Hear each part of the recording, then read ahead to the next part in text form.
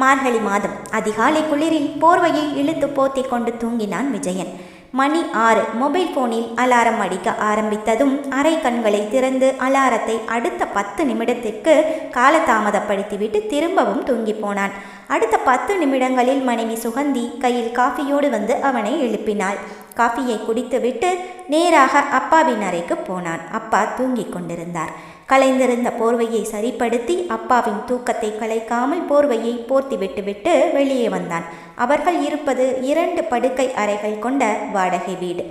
சமையல் அறையில் சமையல் செய்து கொண்டிருந்த மனைவியிடம் சென்று, அப்பாவுக்கு ஜலதோஷம், இருமல் இருக்கு, மூச்சு விட முடியாமல் கஷ்டப்படுறார், எழுந்ததும் பாலை நல்லா சுண்ட காய்ச்சிட்டு அதில் இஞ்சி டீ போட்டு கொடு என்றான். சுகந்தி அவன் சொன்னதை காதில் வாங்கியும் வாங்காதவளாய் தன் வேலையில் முனைப்புடன் இருப்பதைப் போல காட்டிக்கொண்டாள். மனுஷன் 65 வருஷமா வாழ்ந்து ஒரு சொந்த வீடு கூட வாங்க முடியல.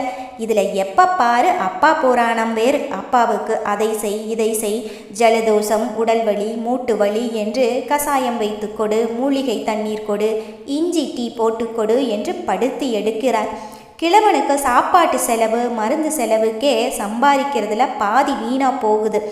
ஊரில் உலகத்தில் இல்லாத மனுஷன்னு இந்த வீட்டுக்கு வாழ்க்கப்பட்டு வந்தேன் பாரு, என்ன சொல்லணும். எத்தனை வேலை தான் செய்யறது இவங்களுக்கு. இங்கே வேலைக்காரின்னு ஒருத்தி இருந்தால் இந்நேரம் சொல்லாமல் கொள்ளாமல் நீங்களும் சரி உங்கள் சம்பளமும் சரி என்று ஓடியிருப்பாள்.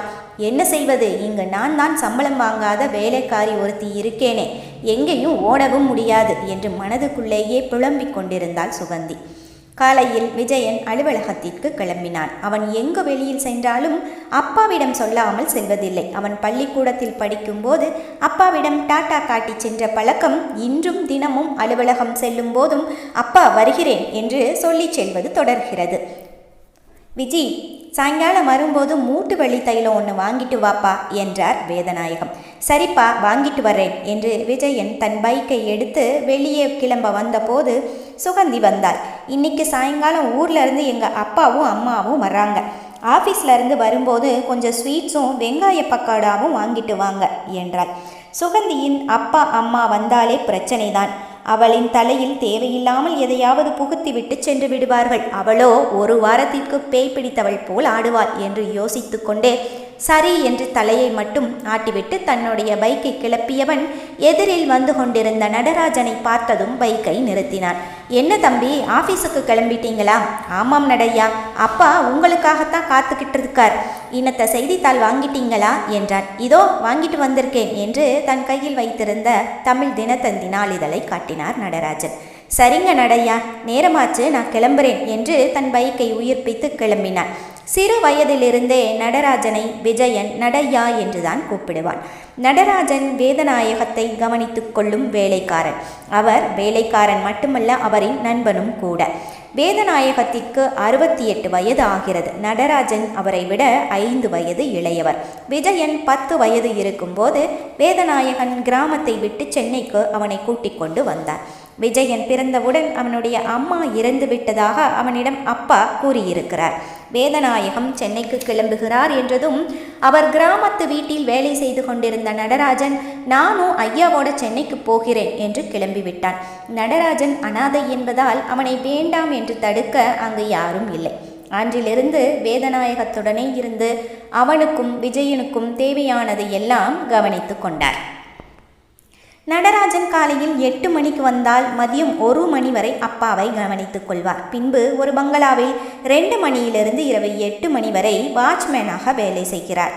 ஒரு நாள் நடராஜன் வரவில்லை என்றாலும் அப்பாவுக்கு ஒரு கையே ஒடிந்த நிலைதான்.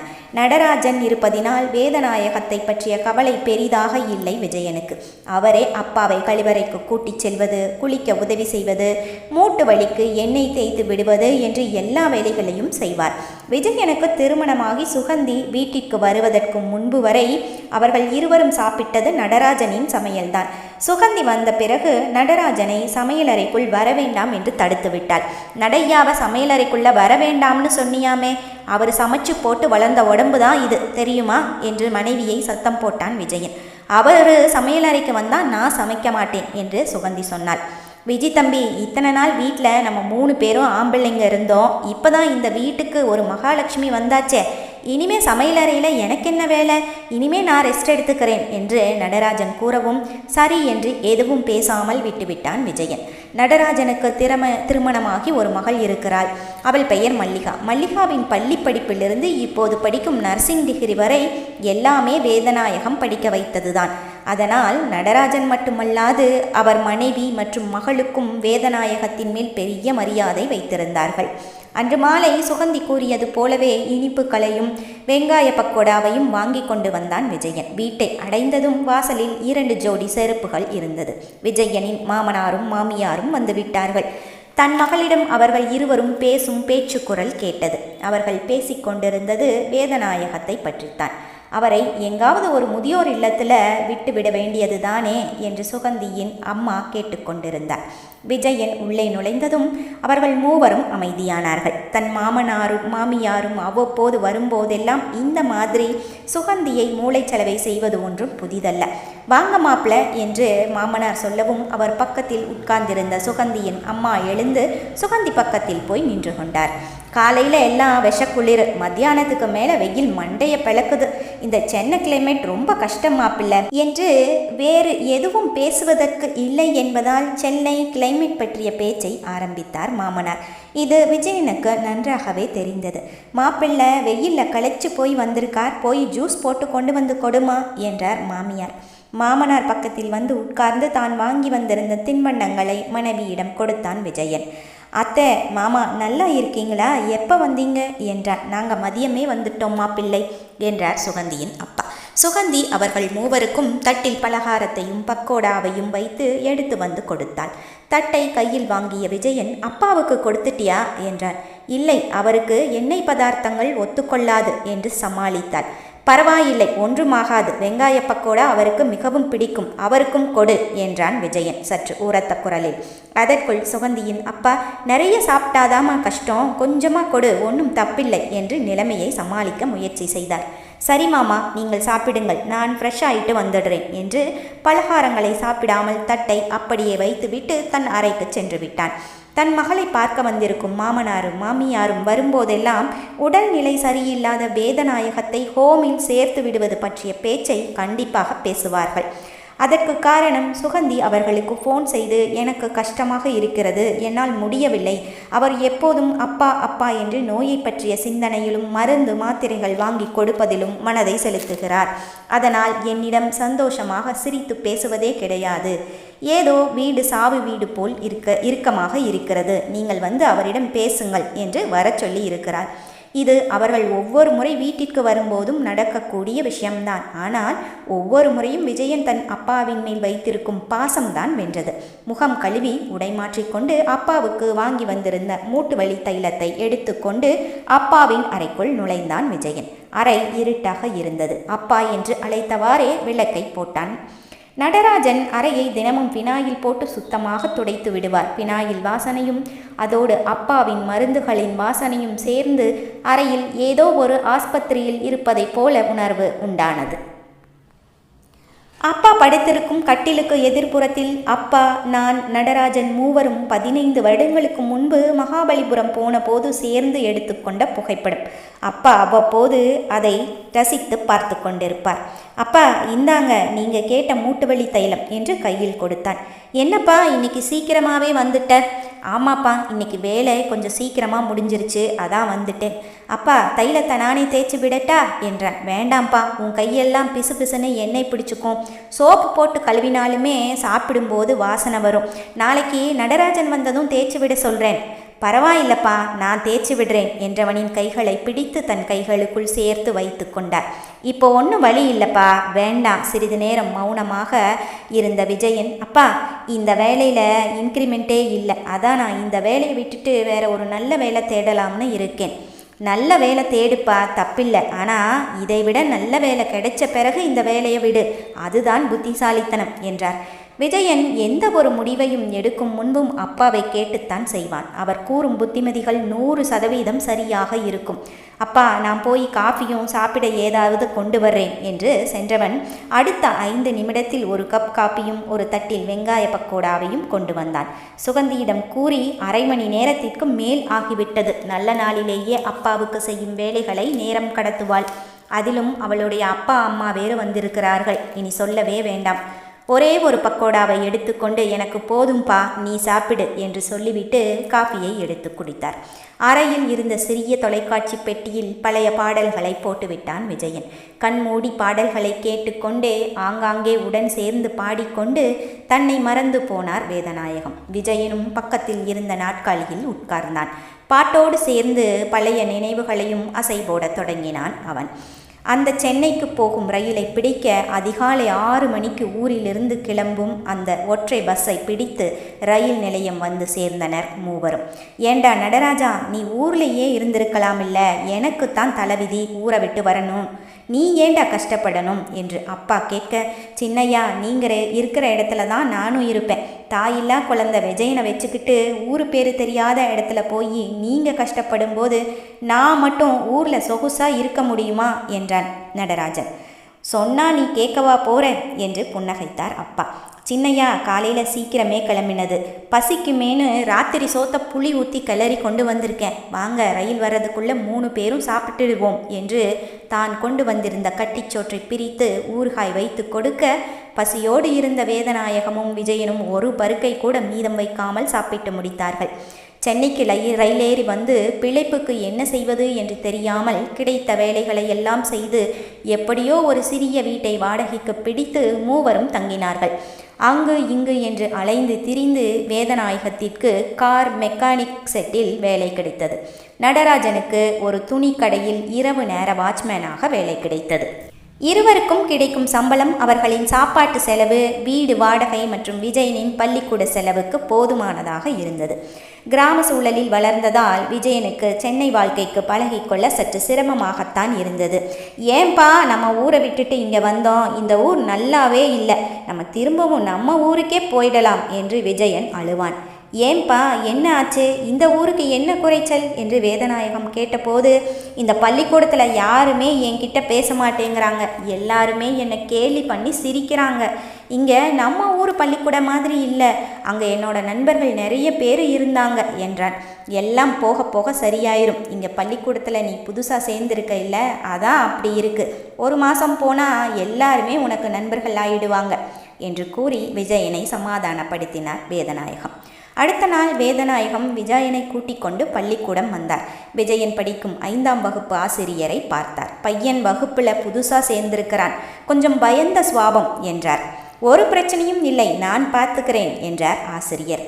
விஜய், சாயங்காலம் நடந்து வரும்போது பார்த்து வரணும், இது நம்ம ஊர் மாதிரி இல்லை, இங்கே காரு ஆட்டோ பைக்குன்னு நிறைய வாகனங்கள் வரும், ரோடு ஓரத்திலேயே வரணும், வீட்டுக்கு வழி மறந்து போச்சுன்னா அழுதுகிட்டு நிற்கக்கூடாது, உன்னோட புத்தக பையில் நோட்டில் வீட்டு விலாசம் எழுதியிருக்கேன், சந்தேகம்னா யாரையாவது கேட்டுக்க, நல்லா படிக்கணும், அப்பா போயிட்டு வரேன் கண்ணு என்று வேதநாயகம் அவன் விரல்களை தன் கை விரல்களில் இருந்து விடுவித்ததும் விஜயனுக்கு கண்களில் கண்ணீர் நிறைந்தது. அழுது கொண்டே வகுப்பறைக்குள் சென்றான். இன்று அவன் அப்பா வந்து விட்டு சென்றதும் வகுப்பில் அவன் அழுதது இதையெல்லாம் பார்த்த சில மாணவர்கள் அவனிடம் வந்து சிநேகமாய் பேசினார்கள். மாலை பள்ளியின் இறுதி மணி ஓசை கேட்டதும் கூண்டுக்குள் அடைப்பட்ட புறாக்கள் சுதந்திரமாய் வெளியே பறப்பதைப் போன்று மாணவர்கள் வகுப்பறையை விட்டு வெளியே ஓடி வந்தார்கள். விஜயனும் தன் புத்தகப் பையை முதுகில் சுமந்தபடி பள்ளியை விட்டு வெளியே வந்தான். மதில் சுவரை ஒட்டியிருந்த அரச மரத்திற்கு கீழே அப்பா துண்டை விரித்து உட்கார்ந்திருந்தார். அப்பாவை பார்த்ததும் விஜயனின் முகத்தில் 1000 வாட்ஸ் மின்சார விளக்கு ஒளிர்ந்தது. ஓடி வந்து அவரை கட்டியணைத்து கொண்டான். அப்பா, நீங்க எப்போ வந்தீங்க என்றார். நான் போனாத்தானே வர்றதுக்கு, நீ தான் இந்த ஊர் பள்ளிக்கூடம் பிடிக்கலைன்னு அழுதியே, அதான் இன்னைக்கு வேலைக்கு லீவு போட்டுட்டு இங்கேயே உட்கார்ந்திருந்தேன் என்று மரத்தடியில் இருந்த பகலைக்கல்லை காட்டினார். மதியத்துக்கு கொடுத்த புளி சாதத்தை சாப்பிட்டியாப்பா என்று அப்பா கேட்க, சாப்பிட்டேன் என்று தலையாட்டினான் விஜயன். அப்பா, நீங்கள் எங்கே சாப்பிட்டீங்க என்றான். நான் காலையில் சாப்பிட்டது தான் கண்ணு, சாயங்காலம் நீ வந்ததும் சாப்பிடலான்னு காத்துட்டு இருந்தேன். பக்கத்தில் இருக்கிற பாய் கடையில் புரோட்டா சால்னா நல்லா இருக்குமா, உனக்கு தான் புரோட்டானா ரொம்ப பிடிக்குமே, போய் சாப்பிடலாம் வா என்று கூட்டிச் சென்று சாப்பிட வைத்தார். விஜி கண்ணு, இனிமே தினமும் பள்ளிக்கூடத்துக்கு நீ தனியாக அழாமல் வந்துடுவ இல்லை என்று அப்பா கேட்க, அப்பா இன்னைக்கு எனக்கு 3 நண்பர்கள் கிடைச்சிட்டாங்க, இனிமே நான் அழமாட்டேன் என்று விஜயன் சொன்னதும், சபாஸ் தம்பி, நீ எப்பவும் அழக்கூடாது, தைரியமாக இருக்கணும் என்று உற்சாகப்படுத்தினார் அப்பா. விஜயன் பள்ளி படிப்பை முடித்து பிகாம் கல்லூரி படிப்பையும் முடித்து இப்போது ஒரு அலுவலகத்தில் கணக்காளராக வேலை செய்கிறான். சிறு வயது முதல் வேதநாயகம் அம்மாவாகவும் அப்பாவாகவும் இருந்து வளர்த்ததினாலோ என்னவோ அப்பாவின் மேல் அவனுக்கு அளவில்லா பாசம். அப்பா அவனுக்கு படிப்பு சொல்லி கொடுத்தது, சைக்கிள் ஓட்ட கற்றுக் கொடுத்தது, காத்தாடி செய்து தந்தது, டூரிங் டாக்ஸி சினிமாவுக்கு கூட்டி போனது, முதன்முறையாக மெரினா பீச்சில் மண் வீடு கட்டியது என்று அப்பாவும் அவனும் சேர்ந்து இருந்த ஒவ்வொரு மணித்துளிகளும் நினைக்க நினைக்க தேனாய் இனித்தது விஜயனுக்கு. யாரோ தன் தோள்களின் மேல் கை வைக்க மெதுவாக தன் கடந்த கால நினைவுகளில் இருந்து மீண்டு கண் விழித்தான் விஜயன். பக்கத்தில் மாமனார் நின்று கொண்டிருந்தார். என்ன மாப்பிள்ள, ஆஃபீஸில் ரொம்ப வேலையோ, அப்படியே உட்கார்ந்தபடியே கண்ணை சிந்துட்டீங்க? அதெல்லாம் ஒன்றுமில்லை மாமா, ஏதேதோ பழைய நினைவுகள் என்றவனிடம், மாப்பிள்ள நான் திரும்ப திரும்ப சொல்கிறேன்னு தப்பாக நினச்சிக்காதீங்க என்று ஆரம்பித்தவரிடம் உஷ் என்று விரலை வாயில் வைத்து அப்பா இருக்கிறார், வெளியே போய் பேசலாம் என்றான் விஜயன். அறையை விட்டு வெளியே வந்ததும் மாமனார் சொன்னார், மாப்பிள்ள நீங்கள் 2 பேருமே சின்னஞ்சிறுசுங்க, வயசு போனால் திரும்பவும் வராது. அப்பா எல்லாத்தையும் அனுபவித்து முடித்தவர், அவர் காலம் முடிஞ்சு போச்சு. அவருக்காக நோய் நொடி மருந்து மாத்திரைன்னு உங்கள் சந்தோஷத்தை நீங்கள் இழக்கணுமா சொல்லுங்க என்றார். எதுவானாலும் சுற்றி வளைக்காமல் நேரடியாக பேசுங்க என்றான் விஜயன். அப்பாவுக்கு வயசாயிருச்சு, இனிமே அவரால் தன்னிச்சையாக செயல்பட முடியாது, ஆள் துணை வேணும் என்றார். அதுக்கு தான் நடையா இருக்காரே என்றான் விஜயன். அதுக்கு இல்லை மாப்பிள்ளை, ஒரு நல்ல முதியோர் இல்லமாக பார்த்து அவரை சேர்த்துட்டோன்னா அங்கே அவரை நல்லா கவனிச்சுக்குவாங்க என்றார். மாமா, இனிமேல் நீங்கள் இந்த விஷயத்தில் தலையிடுறது நல்லா இருக்காதுன்னு நினைக்கிறேன். சாட்டை அடியாக அவன் சொன்னதில் முகம் சுருங்கி போனது மாமனாருக்கு. அதற்கு மேல் அவர் வாயை திறக்கவில்லை. அன்று இரவு சுகந்தியிடம் அவருடைய அப்பாவும் அம்மாவும் ஏதோ பேசிக்கொண்டிருப்பது விஜயனின் காதில் விழுந்தது. அடுத்த நாள் காலை அம்மாவும் அப்பாவும் ஊருக்கு கிளம்புகிறார்கள், அவங்களோட நானும் போய் ஒரு வாரம் ஊரில் இருந்துட்டு வரேன் என்றாள் சுகந்தி. என்ன திடீர்னு ஊருக்கு என்றாள். அவள் பதில் எதுவும் பேசவில்லை. அன்று சாயங்காலம் விஜயம் அலுவலகம் முடிந்து வீடு திரும்பும்போது சுகந்தி ஊருக்கு கிளம்பி போயிருந்தாள். அப்பா தனியாக இருப்பாரே என்று வேகமாக அப்பாவின் அறையை நோக்கி நடந்தான். அப்பாவின் அறையில் நடராஜன் அப்பாவிற்கு நாவல் வாசித்து கட்டிக்கொண்டிருக்க அப்பா அதை கேட்டுக்கொண்டிருந்தார். அப்பா சாப்பிட்டீங்களா என்றான். பாப்பா ஊருக்கு போயிடுச்சு, எதுவும் சமைக்கலை, அதான் நான் சமையல் செஞ்சேன். அப்பா சாப்பிட்டுட்டாரு, நீங்களும் போய் சாப்பிடுங்க தம்பி என்றார் நடராஜன்.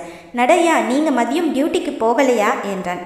அப்பா தனியாக இருப்பாரே, அதான் இன்னைக்கு வரமாட்டேன்னு லீவு சொல்லிட்டேன் என்றார் அவர். ஊருக்கு போய் 15 நாட்கள் முடிந்து விட்டது. சுகந்தி திரும்ப வரவில்லை. விஜயன் ஃபோன் செய்து கேட்கும் போதெல்லாம் நான் சொன்னதை செய்தால் வருவேன், இல்லாவிட்டால் இல்லை என்று கூறிவிட்டாள். அதற்குள் நடராஜனுக்கு சந்தேகம் வந்துவிட்டது. தம்பி, பாப்பாவோட ஏதாச்சும் பிரச்சனையா? ஊருக்கு போன பொண்ணு திரும்பி இன்னும் வரலையே என்றார். பொய் சொல்லி இன்னும் எத்தனை நாள் தான் சமாளிக்க முடியும் என்று நினைத்து நடராஜனிடம் உண்மையை சொன்னான் விஜயன். என்ன தம்பி இப்படி சொல்றீங்க? நம்ம பாப்பாவை அப்பாவை முதியோர் இல்லத்தில் கொண்டு போய் விட சொன்னச்சு என்றார். அதற்குள் மாமனாரிடம் இருந்து ஃபோன் வந்தது. ஃபோனை எடுக்கலாமா வேண்டாமா என்று யோசித்தான் விஜயன். ஃபோன் கட்டானது. திரும்பவும் 2வது முறையாக கூப்பிட்டார். ஏதாவது முக்கியமான விஷயமா இருக்க போகுது, ஃபோனை எடுங்க தம்பி என்றார் நடராஜன். ஃபோனை எடுத்தான் விஜயன். ஹலோ மாப்பிள்ள, உங்ககிட்ட ஒரு சந்தோஷமான விஷயம் சொல்ல தான் ஃபோன் பண்ணினேன். நான் தாத்தாவாக போகிறேன், நீங்கள் அப்பாக போகிறீங்க என்றார் சந்தோஷம் பொங்க. அப்படியா? சுகந்தி எங்கே மாமா என்றான். அவள் அம்மாவோட ஆஸ்பத்திரிக்கு போயிருக்கா, ஆஸ்பத்திரியிலேருந்து எனக்கு ஃபோன் பண்ணினாங்க, நான் உடனே உங்களுக்கு ஃபோன் பண்ணிட்டேன் என்றார் மாமனார். சரி மாமா, நான் இப்போவே கிளம்பி வர்றேன், சுகந்தியை பார்க்கணும் போல இருக்கு என்றான். சரி மாப்பிள்ள வாங்க என்று ஃபோனை வைத்தார் மாமனார். இந்த சந்தோஷமான விஷயத்தை நடராஜனிடம் கூறினான் விஜயன். தம்பி, இந்த மாதிரி நேரத்தில் பாப்பா உங்கள் கூட இருக்கிறது தான் வயிற்றில் இருக்கிற குழந்தைக்கு நல்லது. உடனே போய் கூட்டிட்டு வாங்க. அப்பாவை நான் கொஞ்ச நாளைக்கு எங்கள் வீட்டுக்கு கூட்டிட்டு போகிறேன், அவர் என் கூடவே அங்கேயே இருக்கட்டும் என்றார். வேண்டாம் நடையா, அவள் வரும்போது வரட்டும். நேற்று வந்தவளுக்காக இத்தனை நாள் எனக்காக கஷ்டப்பட்டவரை வேண்டான்னு சொல்கிறது பாவம் என்றான். ஏன் தம்பி, நாங்கள் அவரை எங்கள் வீட்டில் வச்சு நல்லா பார்த்துக்க மாட்டோமா என்றார். ஐயோ, அப்படியெல்லாம் இல்லை நடையா, தம்பி, நான் சொல்கிறத கேளுங்க. இப்போதைக்கு வீட்டில் பாப்பா இல்லை. பாப்பா கர்ப்பமாக இருக்கிறதால கொஞ்ச நாள் அவங்க அம்மா வீட்டுக்கு போயிருக்கு. அதனால் நீங்கள் என் வீட்டில் இருங்கன்னு சொல்லி அப்பாவை நான் கூட்டிகிட்டு போகிறேன் என்றார். சரி என்று அரை மனதுடன் சம்மதித்தான் விஜயன். நடராஜன் வீட்டில் வேதநாயகத்தின் மேல் பெரிய மரியாதை வைத்திருந்ததால் நடராஜனின் மனைவியும் மகளும் அவரை அன்பாக கவனித்து கொண்டார்கள். மூட்டு வலியால் படுத்த படுக்கையாக இருந்தவரை நடராஜனின் மகள் நர்ஸாக வேலை செய்யும் ஆஸ்பத்திரியில் இருந்த கைதேர்ந்த எலும்பு சிகிச்சை மருத்துவரிடம் அழைத்து சென்று காட்டினார்கள். மருத்துவரின் சிகிச்சையால் நடராஜனுடன் பார்க்கிற்கு சென்று நடைப்பயிற்சி செய்யும் அளவிற்கு தேறியிருந்தார் வேதநாயகம். இந்நிலையில் நடராஜனின் மகளுக்கு திருமணம் நிச்சயமானது. மாப்பிள்ளை பெரிய இடம். அதனால் கல்யாணத்தை சீரும் சிறப்புமாக செய்ய வேண்டும் என்று நினைத்தார். ஆனால் பணத்திற்குத்தான் என்ன செய்வதென்று தெரியவில்லை. வேதநாயகத்திற்கும் நடராஜனுக்கு உதவ முடியாத நிலை. விஜயனின் வருமானமும் வாய்க்கும் வயிற்றுக்கும் சரியாக இருந்தது. இந்நிலையில் தினமும் வந்து அப்பாவை பார்த்து சென்றான் விஜயன். விஜயனிடம் சுகந்தியை பற்றியும் அவளுடைய வயிற்றில் இருக்கும் தன் பேர குழந்தையை பற்றியும் தவறாமல் விசாரிப்பார் வேதநாயகம். சுகந்தி கர்ப்பமாக இருப்பதால் இன்னும் தன் தாய் வீட்டில்தான் இருக்கிறாள் என்று நம்பிக்கொண்டிருந்தார் வேதநாயகம். விஜயன் வேலை செய்து கொண்டிருந்த அலுவலகத்தை மூடிவிட்டார்கள். அவன் வேறு இடத்தில் வேலை தேடிக்கொண்டிருந்தான். நாட்கள் உருண்டோடியது. சுகந்திக்கு 7 மாதமானதும் அவளுக்கு வளைகாப்பு செய்து பிறந்த வீட்டிற்கு அழைத்துச் சென்றார்கள். அன்று விஜயன் பேப்பரில் ஆட்கள் தேவை என்ற வேலை விளம்பரத்தை பார்த்து அதில் இருந்த முகவரியை குறித்து கொண்டிருந்தான். அப்போது வீட்டிற்கு வந்த பெரியவர் ஒருவர், இது வேதநாயகம் ஐயாவின் வீடுதானே என்றார். ஆமாம் என்றான் விஜயன். நான் தேவன்பட்டி கிராமத்திலிருந்து வரேன். ஐயாவை பார்க்கணும், இருக்காரா என்றார். அப்பா வெளியில் போயிருக்கார். தேவன்பட்டியிலிருந்து வர்றீங்களா? நீங்கள் யாரு? தம்பி, நீங்கள் ஐயாவோட பையனா? வேதநாயகம் ஐயாவோட அம்மா தேவன்பட்டியில் இருக்காங்க இல்லையா? அவங்களோட குடும்ப வக்கீல் நான். ரொம்ப வருஷங்களாக ஐயாவை அவங்க அம்மா தேடிட்டு இருக்காங்க. அம்மாவுக்கு இப்போ ரொம்ப வயசாயிருச்சு. 90 வயசுலேயும் இன்னும் நல்லா நடக்கிறாங்க, பேசுகிறாங்க. பார்வை மட்டும்தான் கொஞ்சம் மங்கி போச்சு. தன்னோட கடைசி மூச்சு நிற்கிறதுக்குள்ளே வேதநாயகத்தை நான் பார்க்கணும்னு சொல்லி கிட்டத்தட்ட 7-8 வருஷமாக இந்த சென்னையில் அங்கே இங்கேன்னு அவரை தேடி அலைஞ்சு இப்போ தான் அவர் வீட்டை கண்டுபிடிக்க முடிஞ்சுது. அவரை சீக்கிரம் ஃபோன் பண்ணி வர சொல்லுப்பா. அம்மா அவரை பார்க்கணும்னு ரொம்ப வருஷங்களாக வாசலையே பார்த்து ஏங்கி என் மகன் எப்போ வருவானோன்னு எதிர்பார்ப்போடு காத்துட்ருக்காங்க என்றார் வக்கீல். தேவன்பட்டி கிராமம் பேரை கேட்டதும் விஜயனுக்கு தன் சிறு வயது நினைவுகள் எட்டி பார்த்தது. அதுதான் அப்பாவின் சொந்த ஊர். அங்குதான் நானும் அப்பாவும் தனி வீட்டில் வசித்தோம். அப்பாவுக்கும் பாட்டிக்கும் ஏதோ சண்டை. அவ்வப்போது பாட்டி அப்பாவை பார்க்க வருவார். அப்பாவிடம் வாக்குவாதம் செய்வார். பின்பு அழுது கொண்டே சென்று விடுவார். பாட்டியின் வீடு பெரிய பங்களா. ஆனால் அப்பா அங்கு செல்வதில்லை. பாட்டி வீட்டில் வேலை செய்து கொண்டிருந்த நடராஜன் மட்டும் அவ்வப்போது வந்து அம்மா கொடுத்ததாக சொல்லி உணவையும் பலகாரங்களையும் கொடுத்து செல்வார். வக்கீலிடம், அப்பா இப்போ அவர் நண்பர் வீட்டில் இருக்கிறார், என்ன விஷயம் என்று என்னிடம் சொல்லுங்கள் என்றான் விஜயன். இல்லை, அவரிடம்தான் நேரில் பேச வேண்டும் என்று கூறிவிட்டார் வக்கீல். சரி என்று அவரை நடராஜன் வீட்டிற்கு அழைத்து சென்றான் விஜயன். நடராஜனும் வேதநாயகமும் நடைப்பயிற்சி முடித்துவிட்டு வந்திருந்தார்கள்.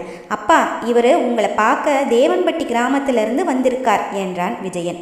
தேவன்பட்டியிலிருந்தா என்று அப்பாவும் நடராஜனும் ஒரு பெரிய கேள்விக்குறியுடன் வக்கீலையே பார்த்தார்கள். ஐயா வணக்கம். உங்கள் அம்மா உங்களை உடனே கூட்டி வரச் சொன்னார். உங்களை தனியாக அல்ல, உங்கள் மகன் குடும்பத்தையும் சேர்த்தே கூட்டி வரச் சொன்னார். உடனே கிளம்புங்கள் என்றார். தேவன்பட்டிக்கா என்று யோசித்தவரை நடராஜன், அம்மாவுக்கு இப்போது ரொம்ப வயசாயிருக்கும், வர சொல்கிறாங்க, உங்களோட பிடிவாதத்தை விட்டுவிட்டு போகலாம் என்று வேதநாயகத்தை சமாதானப்படுத்தவும் வக்கீல் வந்த காரிலேயே தேவன்பட்டி நோக்கி விரைந்தனர். விஜயனையும் உடன் அழைத்து சென்றனர். கார் தேசிய நெடுஞ்சாலையில் வேகமெடுத்து ஓட ஆரம்பிக்க வேதநாயகமும் தன் ஊரை பற்றிய நினைவுகளில் ஆழ்ந்தார். வேதநாயகம் பெரிய செல்வச் செழிப்பான குடும்பத்தில் ஒரே மகனாக பிறந்தவர். ஊரில் 4-5 வீடுகள், குடியிருக்க பெரிய மச்சு வீடு, கூப்பிட்ட குரலுக்கு வேலைக்காரர்கள், 4 கார்கள், 2 ஜீப், மாந்தோப்பு, தென்னந்தோப்பு, நெல் வயல் என்று சொத்துக்கு எந்த குறைவும் இல்லை. அவருடைய அப்பா 5 பஞ்சு நூற்பாலைகளுக்கு சொந்தக்காரர். வேதநாயகம் தன்னுடைய 20வது வயதில் தன் நூற்பாலையில் வேலை செய்யும் ஒரு ஏழை பெண்ணை காதலித்தார். அப்பா அம்மா திருமணத்திற்கு சம்மதிக்கவில்லை. அந்த பெண்ணின் குடும்பத்தை பயமுறுத்தி அந்த பெண்ணிற்கு வேறு ஒருவருக்கும் திருமணம் நடந்துவிட்டது. இதனால் வேதநாயகம் மிகவும் மனமுடைந்து போனார். தன் அப்பா அம்மாவிடம் பேசுவதையே நிறுத்திவிட்டார். வேதநாயகத்திற்கு பணக்கார பெண்ணை திருமணத்திற்கு பெண் பார்த்தார்கள். தான் யாரையும் திருமணம் செய்து கொள்ளப் போவதில்லை என்று கூறிவிட்டார் வேதநாயகம். நடராஜனும் எவ்வளவோ சமாதானம் செய்து பார்த்தும் வேதநாயகம் மனது மாறவில்லை. 2 வருடங்களுக்கு பிறகு வேதநாயகம் கையில் 1 வயது குழந்தையுடன் வீட்டிற்கு வந்தார். இந்த குழந்தையின் அப்பா அம்மா இறந்து விட்டார்கள். இனிமேல் இவனுக்கு நான் தான் அப்பா, இவன் என் மகன் என்றார். வேதநாயகத்தின் வீடே அதிர்ந்து விட்டது. விசாரித்ததில் வேதநாயகத்தின் ஏழை காதலியின் குடிசை தீப்பிடித்து எரிந்து விட்டதாகவும் அதில் அவளும் அவள் கணவனும் இறந்து விட்டார்கள் என்றும் வெளியில் மரத்தில் தொட்டிலில் இருந்த குழந்தை மட்டும் தப்பித்து விட்டதாகவும் கூறினார்கள். வேதநாயகத்தின் பெற்றோர் குழந்தையை அவர்கள் உறவினர்களிடமோ அல்லது அனாதை ஆசிரமத்திலோ விட்டுவிடும்படி கூறினார்கள். ஆனால் தன் காதலியை கைப்பிடிக்கும் பாக்கியம்தான் கிடைக்கவில்லை. அவள் குழந்தையை தன் குழந்தையாக வளர்க்கும் பாக்கியத்தையாவது கொடுங்கள் என்று மன்றாடினார் அவர். ஆனால் பெற்றோர் குழந்தையுடன் வந்தால் வீட்டிற்கே வர வேண்டாம் என்று கூறிவிட்டார்கள். சிறியதாக தனி வீடு ஒன்று எடுத்து தங்கினார் வேதநாயகம். விஜயா என்ற தன் காதலியின் பெயரையே விஜயன் என்று குழந்தைக்கு வைத்து விஜய் என்று அவனை அன்பாக அழைத்தார். விஜயனுக்கு 10 வயது ஆகும் வரை தேவன்பட்டியிலேயே இருந்தனர். தன் பெற்றோர்கள் அடிக்கடி வந்து திருமணம் செய்து கொள்ள வற்புறுத்தியதனால் அந்த ஊரை காலி செய்துவிட்டு சென்னைக்கு வந்துவிட்டார். முதலாளி விசுவாசம், நண்பன் வேறு. அதனால் அவர் வீட்டில் வேலை செய்து கொண்டிருந்த நடராஜனும் அவர் கூடவே வந்துவிட்டார். இந்த விஷயம் எதுவுமே இன்று வரை விஜயனுக்கு தெரியாது. தன் அப்பாவை ஒரு மெக்கானிக் செட்டில் வேலை செய்த கூலிக்காரனாக மட்டுமே அவனுக்கு தெரியும். அண்ணன், காரை சைடில் போடுங்க, டீ குடிச்சிட்டு போகலாம் என்றான் விஜயன். காரிலிருந்து இறங்கி அங்கு ஒரு டீ கடையில் டீ குடித்து விட்டு மீண்டும் கிளம்பினார்கள். இன்னும் எவ்வளவு நேரமாகும் என்றான் விஜயன். நம்ம போகிறதுக்கு இன்னும் 3 மணி நேரம் ஆகும் என்றார் டிரைவர். மாலை 5 மணி வாக்கில் கார் தேவன்பட்டி கிராமத்தை அடைந்தது. அந்த பெரிய வெள்ளை நிற மச்சு வீடும் சுற்றிலும் தென்னந்தோப்பும் மாந்தோப்பும் அப்படியே மாறாமல் இருந்தது. வக்கீல் முன்பே அம்மாவிடம் வேதநாயகம் கிடைத்து விட்டார் என்ற செய்தியை கூறியிருக்க வேண்டும். வேலைக்கார பெண்கள் ஆரத்தி தட்டுடன் காத்திருந்தார்கள். அம்மா கண்களில் நீருடன் நின்றிருந்தாள். வேதநாயகத்தை பார்த்தவுடன் ஓடி வந்து கட்டியணைத்து கொண்டார். உன் அப்பா இறந்த போது கூட உன்னை தேடினோம், ஆனால் கண்டுபிடிக்க முடியல என்று அம்மா உடைந்து அழுதார். இது யாரு, நம்ம நடராஜனா என்று நடராஜனின் கையை பிடித்து கொண்டார். நீயும் இத்தனை வருஷமா வேதநாயகம் கூடவேவா இருந்த என்று அழுதாள் அம்மா. நம்ம சின்னையாவை நான் எப்படிமா தனியாக விடுவேன் என்ற நடராஜனை கையெடுத்து கும்பிட்டாள் அம்மா. இது யாரு என்று வாட்டசாட்டமாக நின்ற விஜயனை ஏற இறங்க பார்த்தாள் அம்மா. இவன் அடையாளம் தெரியலையா, என் பையன் விஜயன் என்றதும் அம்மா வைத்த கண் வாங்காமல் விஜயனையே பார்த்து கொண்டிருந்தாள். நல்லா வளர்ந்துட்டான் என் பேரன், என்னை மன்னிச்சிருப்பா என்றாள் அம்மா. எதுக்கு பாட்டி என்கிட்ட மன்னிப்பு கேட்குறீங்க என்று புரியாமல் கேட்டான் விஜயன். சரி உள்ள வாங்க, ரொம்ப தூரம் காரில் பயணம் பண்ணியிருக்கீங்க, 3 பேரும் குளிச்சுட்டு வந்து சாப்பிடுங்க என்று தடபுடலான விருந்துக்கு ஏற்பாடு செய்திருந்தாள் அம்மா. இனிமேல் நீங்கள் எங்கேயும் போகக்கூடாது, இங்கே என் கூட தான் இருக்கணும் என்று அம்மா கூறினாள். தன்னுடைய பல கோடி ரூபாய் சொத்துக்களையும் தன் மகன் பெயருக்கு மாற்றி உயில் எழுதினாள் அம்மா. விஜயனிடம் நடந்த அத்தனை விஷயங்களையும் விரிவாக எடுத்து கூறினார் நடராஜன். அப்படின்னா நான் அவரோட சொந்த பிள்ளை இல்லையா, அவர் என்னை வளர்த்தின அப்பாவா என்று கேட்டு அழுதே விட்டான் விஜயன். என் விஜி எதுக்கு அழறான்? அழக்கூடாது. நான் எப்போதும் உன்னை வளர்த்த பிள்ளையாக நினைத்ததே கிடையாது. நான் உன்னை என் கையில் வாங்கிய தினம் முதல் நீ என் சொந்த பிள்ளைதான் என்று கட்டியணைத்து கொண்டார் வேதநாயகம். விஜயனின் மொபைல் ஃபோன் அடித்தது. சுகந்திக்கு பிரசவ வலி வந்துவிட்டது என்றும் சிசேரியன் செய்துதான் குழந்தையை காப்பாற்ற வேண்டும் என்றும் பணத்திற்கு பற்றாக்குறை இருப்பதாகவும் கூறினார் சுகந்தியின் அப்பா. மாப்பிள்ளை, உங்களுடைய கஷ்டமும் எனக்கு தெரியும். உங்களுக்கு வேலை போயிருச்சு. நான் இங்கே ஒருத்தர்கிட்ட சொல்லி வச்சுருந்தேன் பணத்துக்கு, ஆனால் அவர் கடைசி நேரத்தில் கையை விரிச்சிட்டார். அதான் எனக்கு என்ன பண்ணுறதுனே தெரியலை என்று அழுதார் மாமனார்.